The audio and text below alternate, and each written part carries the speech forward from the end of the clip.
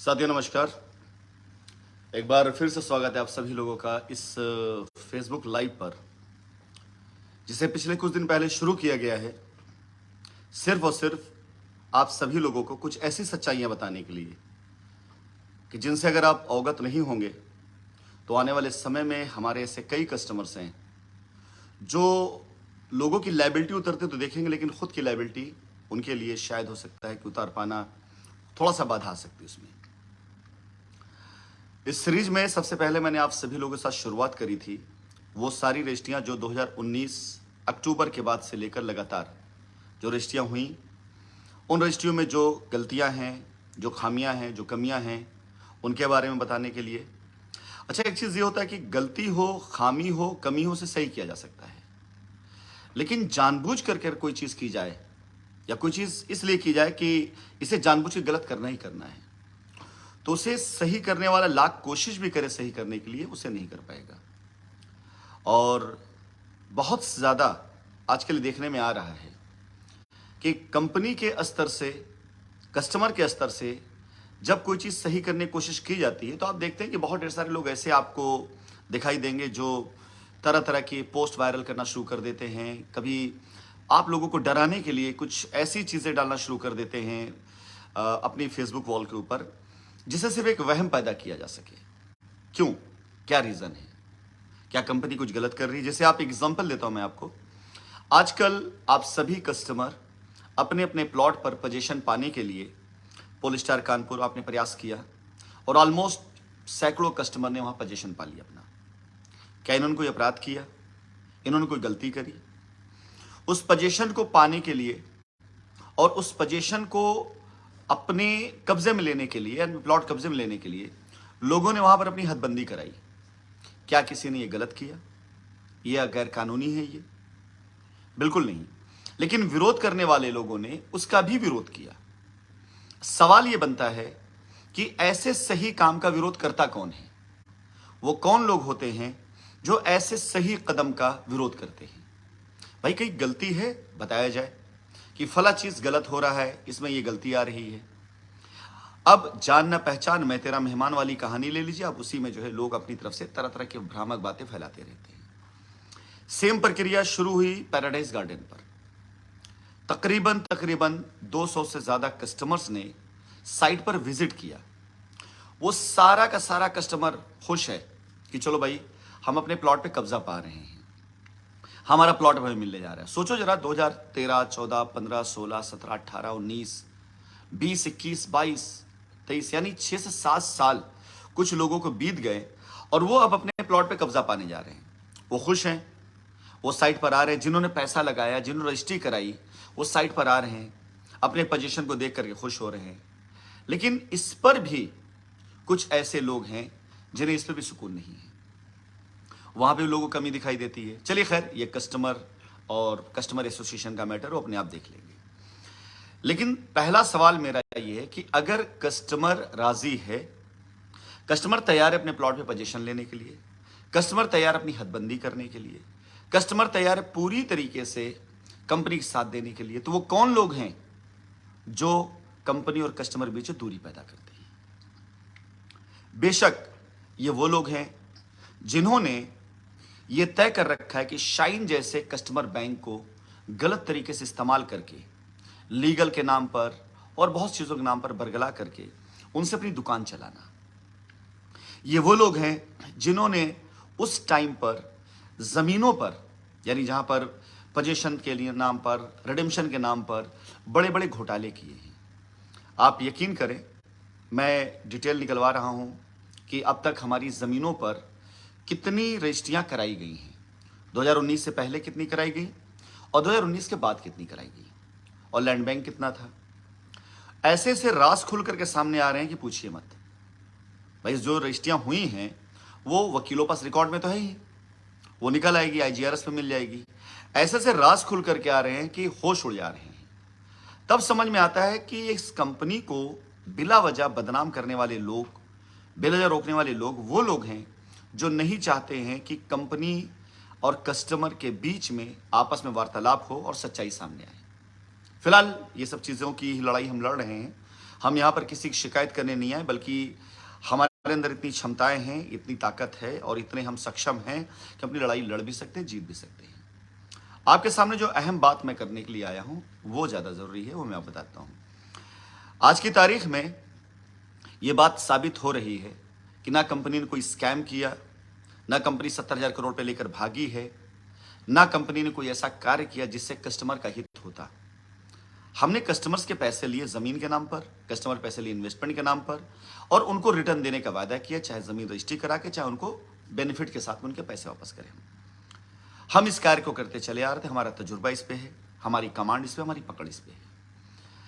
अब 2019 के बाद जब लोगों ने हमें रोका बिला वजह, तो उसके पीछे सच्चाई निकल के सामने ये आती कि दो ऐसे काम हुए हैं इस बीच में।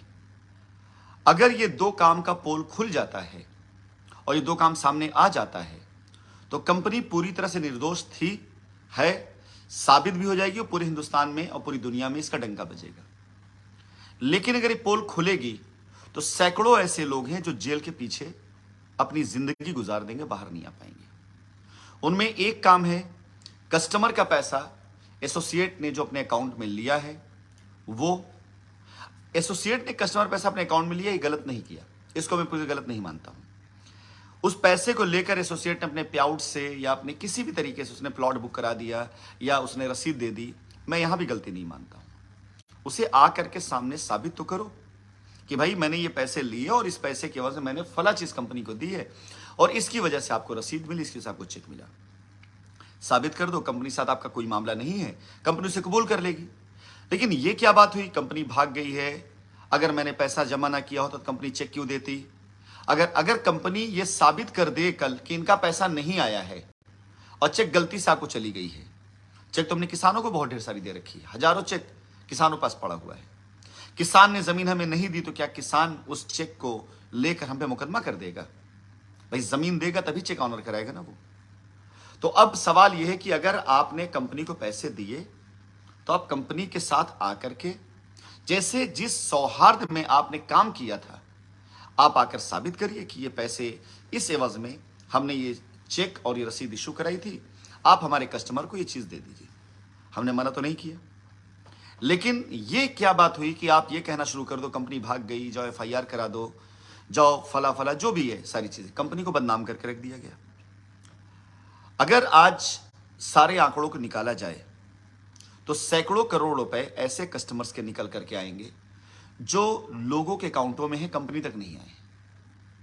कंपनी उसी के बीच में एक ब्रीजिंग करना चाहती है, एक लाइन बनाना चाहती है कि आप आइए हमारे साथ में बैठिए, बताइए अपने कस्टमर को आपने उसका पैसा कैसे दिया, कहां इस्तेमाल किया। हम तैयार हैं उसके समझौते के लिए। लेकिन नहीं, पिछले 6 महीनों से, क्या उससे ज़्यादा समय से मैं लगातार इस बात के लिए गला फाड़ फाड़ चिल्ला रहा हूं। मैं ये कह सकता हूं क्योंकि मुझे तरह तरह कमेंट्स आते हैं इस पे लेकर के। हमारे बहुत से ऐसे एसोसिएट जिन्होंने ऐसे रिप्लाई देना शुरू कर दिया कि अगर कंपनी एसोसिएट के खिलाफ बात करेगी तो एसोसिएट कंपनी की ईंट से ईंट बजा देगा। ठीक है साहब, बजाइए। अगर कंपनी ईंट की बनी हुई तो ईंट से ईंट बजाइएगा। ये कंपनी स्टील की बनी हुई है, आप बजा लीजिए। बजाते बजाते थक जाएंगे, जिस दिन आपकी बजेगी उस दिन आपको बचा नहीं पाएगा, और वो दिन अब आने वाला है। तो अब इसका एक रास्ता सीधा निकाला गया है जो आगामी सोमवार को पूरी तरह से एक्टिवेट कर दिया जाएगा, जिसको बताने के लिए आप लोगों को आज ये लाइव में आया हूं। इलाहाबाद उच्च न्यायालय में सुनवाइयां चल रही हैं। आशा की जाती कि 28 तारीख को हम कंपनी की तरफ से जो हमारे अधिवक्ता होंगे, वो कस्टमर तक जो अधिवक्ता होंगे, वो एक ही लाइन पर चलना चाहते हैं कि किसी भी तरीके से लायबिलिटी खत्म हो, कस्टमर उसका पैसा मिले। डन, ये तय। लेकिन सवाल ये आता है कि जिन कस्टमर का पैसा कंपनी के बैंक अकाउंट में नहीं आया, उस कस्टमर को क्या मिलेगा? सवाल ये आता है, क्या आपको पता था कि जिस एसोसिएट को आपने पैसा दिया, उस एसोसिएट ने वो पैसा कंपनी में नहीं जमा किया है, बल्कि उसने अपने पे आउट से, लॉयल्टी पॉइंट से या किसी और चीज से उसने आपको रसीद दी? क्या ये उसने उस दिन आपको बताया था? क्या जिस दिन, अगर 2019, 18, 17, 16 में जब आपने एसोसिएट के अकाउंट में पैसे दिए, आपने उसे नगद दिए और उसने लाकर आपको रसीद दी, क्या उस दिन वो आपको बताता कि आपके द्वारा दिए गए पैसे को मैंने अपने पास रख लिया है और ये जो आपको रसीद दी जा रही है मैंने अपने प्याउट से दिया है, तो क्या उस दिन आप उससे ये कहते हैं कि हाँ मैं तैयार हूं इस रसीद को लेने के लिए?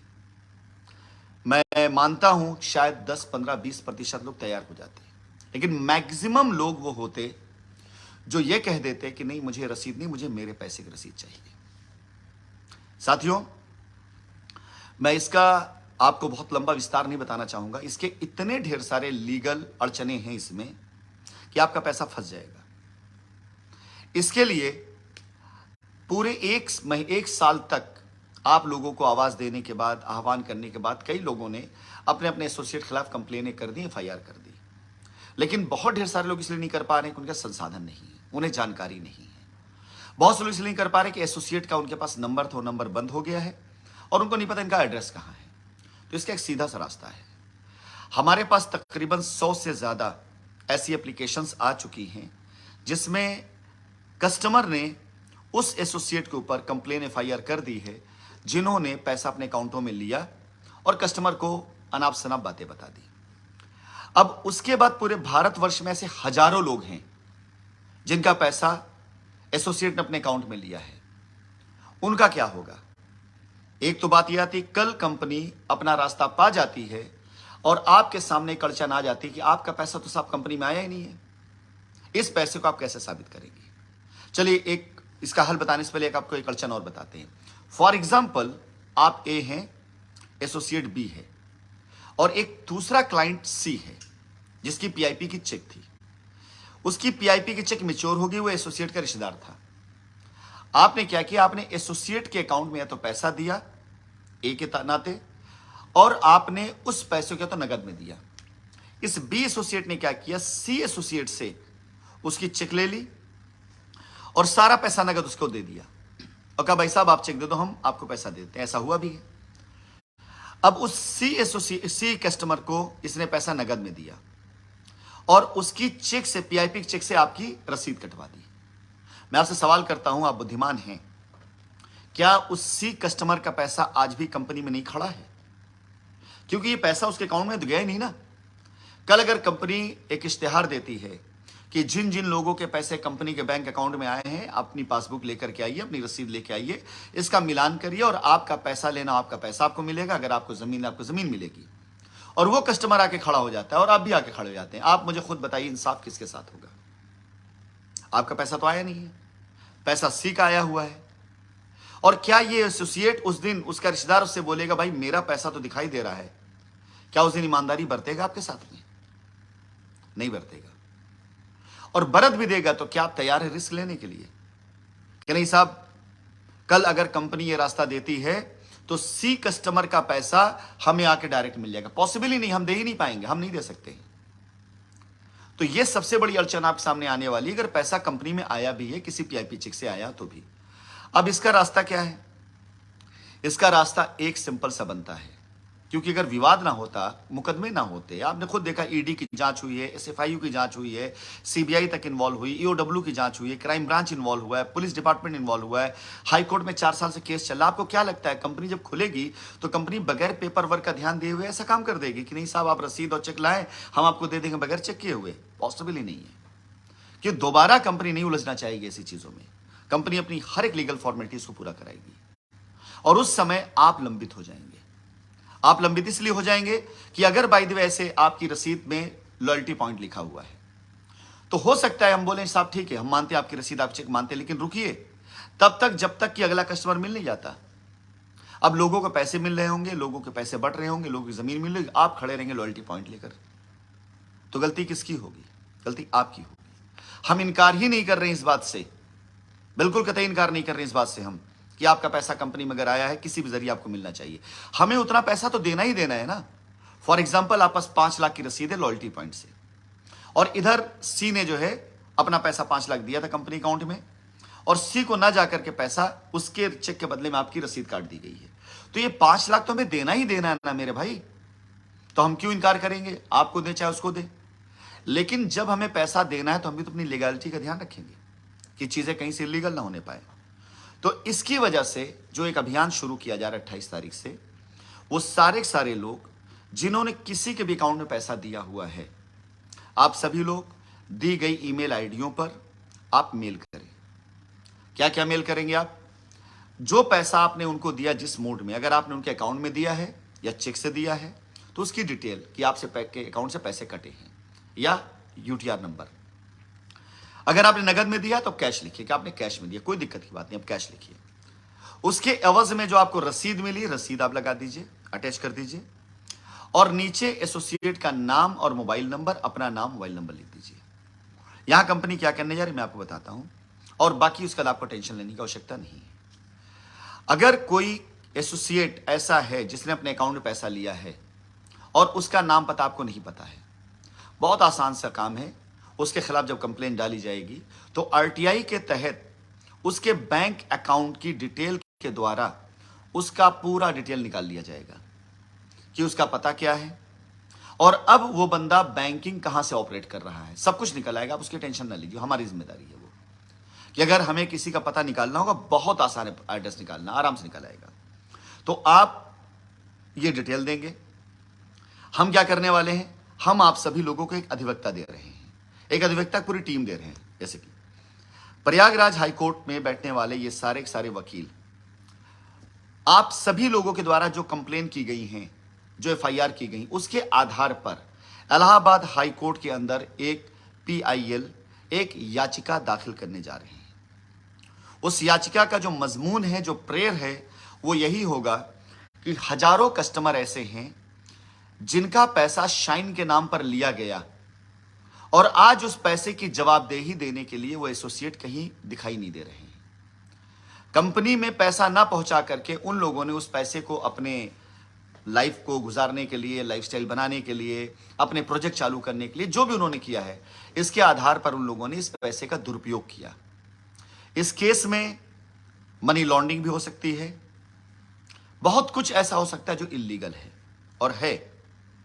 इसके ऊपर एक जनहित याचिका दायर की जाएगी और उस जनहित याचिका से वो सारे कस्टमर जिनके मेल आते जाएंगे, उन सभी लोगों का नाम भी उसे जुड़ता चला जाएगा। माननीय उच्च न्यायालय में जब ये जनहित याचिका जाएगी, इस याचिका में वो सारे पॉइंट्स लिखे जाएंगे जो लीगल हैं, जायज हैं, सही हैं और जिसके सबूत होंगे। आज अगर 100 लोगों के एप्लीकेशन हमारे पास में है तो इन 100 लोगों के एप्लीकेशन के साथ में उनके पेपर, सबूत, विटनेस सब मौजूद हैं। और एक बार ये जनहित याचिका दायर हो जाने के बाद पूरे भारतवर्ष में जहां कहीं भी कोई ऐसा व्यक्ति बैठा होगा जिसने कंपनी के नाम पर कस्टमर से पैसा लिया है और आज अगर कंपनी पैसा देने जा रही है या रास्ता शुरू करने जा रही है, आगामी चंद दिनों में अगर हमारे सामने डिसीजन आ जाते हैं, रास्ता मिलने लग जाता है, तो ये कस्टमर सुरक्षित रहेंगे कि हाँ भाई ये कस्टमर भी हैं जिनके पैसे मिलने चाहिए इनको। अब वो कैसे मिलेंगे? अब अगर एसोसिएट ने अपने अकाउंट में लिए, कंपनी में नहीं जमा किया है, तो भाई वो एसोसिएट देगा। कैसे देगा? कानूनी लड़ाई लड़के देगा। साबित होगा पैसा है तो अब उसकी जमीन जाएगी, गाड़ी जाएगी, जैसे भी होगा देगा। वो नहीं दे पाया तो कंपनी जिम्मेदारी लेगी ऐसे कस्टमर की। ये मेरा वादा आपसे है। हम आपका पैसा मरने नहीं देंगे, लेकिन हमारे ऊपर जो कलंक लगाया गया जिन वजूहात से, हम उन वजूहात को बख्शेंगे भी नहीं। जिन रीजन से हमें रोका गया, जिन वजहों से हमारे ऊपर इतने आरोप लगे, हम उन वजहों को बख्शेंगे नहीं। तो यह अभियान सोमवार से शुरू होने जा रहा है। मैं आप सभी कस्टमर से निवेदन करूंगा कि आप सभी लोग रविवार तक ये सारे के सारे जितने भी आप पास एविडेंस है उसे आप शेयर करें, मेल पे डालें। आपके लिए कंपनी खड़ी है, कस्टमर के हक ग्रुप का पूरा समूह खड़ा है, पूरा वकीलों की सेना खड़ी है। और एक बात और सबसे बड़ी बात कि अगर आप ये प्रक्रिया नहीं करेंगे तो रास्ता जब मिलना शुरू हो जाएगा कंपनी का, तो वो सारे लोग जिनके पैसे लीगल हैं उनको तो मिलना शुरू हो जाएगा, लेकिन आपके साथ प्रॉब्लम ये होगी कि आप उस भीड़ में खड़े रहेंगे, आप मिन्नतें करते रहेंगे, लेकिन आप पास अगर साक्ष्य नहीं होगा और आपके पैसे का रिकॉर्ड नहीं मिलेगा तो कानूनी तौर से भी हम आपकी मदद नहीं कर पाएंगे। लेकिन यदि आप ये प्रक्रिया कर लेते हैं तो कानूनी तौर से भी आपकी मदद होगी और किसी कारणवश अगर एसोसिएट नहीं मिला, नदारत रहा, वो मुकदमा हम लड़ेंगे, उसकी चिंता आप मत करिए। लेकिन आपको आपके पैसे की सुरक्षा देने की जिम्मेदारी हमारी होगी। हम ये गारंटी देते हैं आपको। आज इस लाइव फेसबुक वीडियो में इसे रिकॉर्ड के तौर पर रखिएगा कि जितने लोग हमारे साथ आज खड़े होंगे उनमें से किसी का हक नहीं मारा जाएगा। एक लाइन मैं कहता हूं और ये मेरी प्रतिज्ञा है, आज के समय मुझे जो कतरा देगा मैं उसको समंदर लौटाऊंगा। अच्छे में दोगे तो अच्छे में लौटेगा, बुरे में दोगे तो बुरे में लौटेगा। मर्जी आपकी है कि आप मुझे क्या देना चाहते हैं। यह हुआ आप सभी लोगों के लिए संदेश, उन सबका जिन्होंने किसी और के अकाउंट में पैसे दिए। अगला संदेश का सिर्फ मैं आपको सारांश थोड़ा सा मैं बता देता हूं, बाकी इसकी व्याख्या मैं अपने अगले वीडियो में करूंगा। लेकिन एक बहुत बड़ा स्कैम निकल करके आ रहा है 2019 अक्टूबर 2019 के बाद से लेकर के अब तक की गई रजिस्ट्रियों में बहुत बड़ा स्कैम निकल के आ रहा है। कानपुर पोलिस्टार का रिकॉर्ड मैंने आप लोगों को शेयर किया, 199 रजिस्ट्रियां मेरे सामने लाई गई। लेकिन जैसा कि मैंने आपको बताया कि ये रजिस्ट्रियां कराई तो हमारे यहाँ ही गई हैं। जब इसका रिकॉर्ड निकाला गया तो सामने तकरीबन 300 से ज्यादा रजिस्ट्रियां आ रही हैं, यानी 100 से ज्यादा रजिस्ट्रियों का रिकॉर्ड और डेटा हमसे छिपाया गया। बड़ा आसान होता है आज की तारीख में रिकॉर्ड निकाल लेना। IGRS की वेबसाइट पे जाइए, अपना गाटा नंबर डालिए, निकल आएगा किसने रजिस्ट्री कराई है। अभी जैसे प्रयागराज की बात करूं मैं, प्रयागराज की आगे की जमीनें हमारी जडसवी की, अरे साहब क्या कीमती जमीनें थी, रीवा हाईवे से अपने बाप की बपौती समझ के लोगों ने लिखवा डाली है। ऐसे ऐसे नाम निकल करके आ रहे हैं सामने, उनकी जब IGRS से रिकॉर्ड निकाला जा रहा है गाटा नंबर डालकर कि पूछो मत। ऐसे ऐसे लोगों के नाम निकल के आ रहे हैं, लग रहा है जो हमारे यहां पर आए थे जब काम करने तो उनके पॉकेट के अंदर 500 रुपए भी नहीं थे, खाने तक के पैसे नहीं थे। आज वो करोड़ों रुपए की जमीन अपने नाम लिखा कर बैठे हुए हैं। तो अगली जो मेरी सीरीज है इसी स्कैम की तरफ है। फिलहाल जिन लोगों ने पैसे अपने अकाउंट में लिए उन्होंने तब लिए जब कंपनी चल रही थी। चलो एक बार समझ में आता है, कंपनी ने व्यवस्थाएं दी थी, सब कुछ दिया था। उनकी गलती इतनी सी है कि वो आज अगर कंपनी के साथ खड़े होकर कह देते हैं हाँ साहब हमने पैसे लिए थे, हमने अपने पेआउट से सेटल किए सर, क्योंकि हमने काम किए थे कंपनी के अंदर, हम आप ही के तो बच्चे हैं, आप ही के तो साथ काम करते थे। कुछ नहीं करता मैं, और करने का बनता भी नहीं था। बच्चे हमारे थे ये सारे सारे, हम इनके खिलाफ क्यों जाते।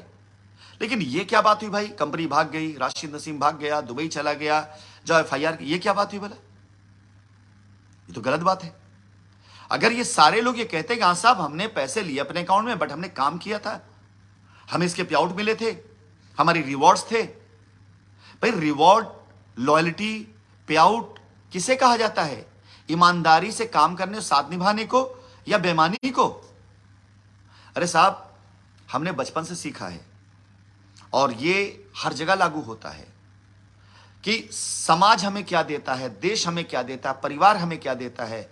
इससे ज्यादा जरूरी कि हमने परिवार को क्या दिया, समाज को क्या दिया, देश को क्या दिया, हम ये देखें। आज आप हमें क्या दे रहे हैं? गाली दे रहे हैं या विश्वास दे रहे हैं? लेकिन मैं जैसा पहले था वही आज भी वही दे रहा हूं, आपका हक आपको वापस कर रहा हूं। तो अगर आप सभी लोगों ने उस टाइम पर जब ये सारी अफवाहें उड़नी शुरू हुई थी, अफवाहों का साथ ना देकर के आप साथ खड़े हो जाते कि हमारी कंपनी जिसने हमको 500 रुपए की मोहताजगी से हमको करोड़ों रुपए कमवा दिया, इस कंपनी के साथ में खड़ा होना। साहब आप डर की वजह से, उस माहौल की वजह से आप कंपनी के खिलाफ हो गए। आपके पास मेरी एक वीडियो होगी जिसे मैंने एक बात कही है, वक्त बदल जाता है, लम्हे गुजर जाते हैं, लेकिन उस वक्त, उस लम्हों में किए गए फैसले और कही गई बातें जिंदगी भर आपका पीछा नहीं छोड़ती हैं। और आज वक्त बदल रहा है, लम्हे बदल रहे हैं, हालात बदल रहे हैं और बदलेंगे भी, लेकिन आपने इन लम्हों में जो फैसले किए होंगे वो आपके आगे अब आने वाले हैं।